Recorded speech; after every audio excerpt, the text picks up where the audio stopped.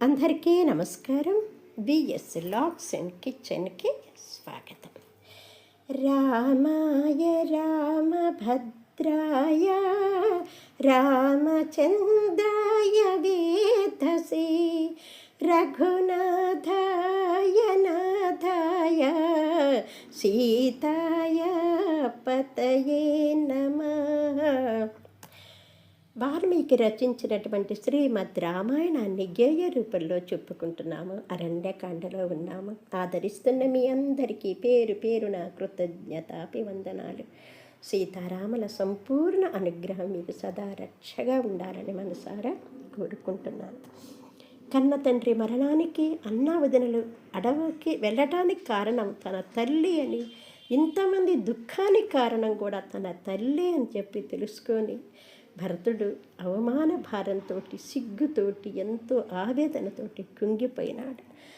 తల్లి మీద ఎంతో విపరీతమైన కోపం వచ్చిన, తల్లిని చంపాలన్నంత ఆవేశం వచ్చిన తల్లిని చంపుట పాపమని తెలుసుకొని ఆవేశాన్ని తగ్గించుకొని తల్లిని ఇలా అడుగుతున్నాడు. అమ్మా, రాజ్యం కావాలని నిన్ను అడిగానా, రాజ్యము కావాలని నిన్ను అడిగానా, సమర్థుడు రాముడుండగా నేనెలా రాజవుతాను, సమర్థుడు అన్న ఉండగా నేనెలా రాజవుతాను.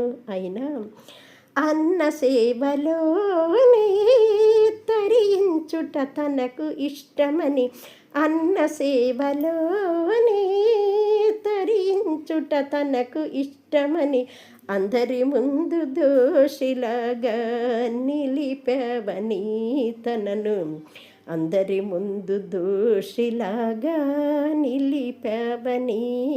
అమ్మ, ప్రేమగా పెంచిన రామునిపై ద్వేషమెలా కలిగిందని, ప్రేమగా పెంచిన రామునిపై ద్వేషమెలా కలిగిందని మనసెలా ఒప్పుకుందని, మనసెలా ఒప్పుకుందని, చెప్పుడు మాటలు నీ మనసుకు కలుషితము చేశాయని, చెప్పుడు మాటలు నీ మనసును కలుషితము చేశాయని ఎప్పటికీ నిన్ను నేను క్షమించబోననే,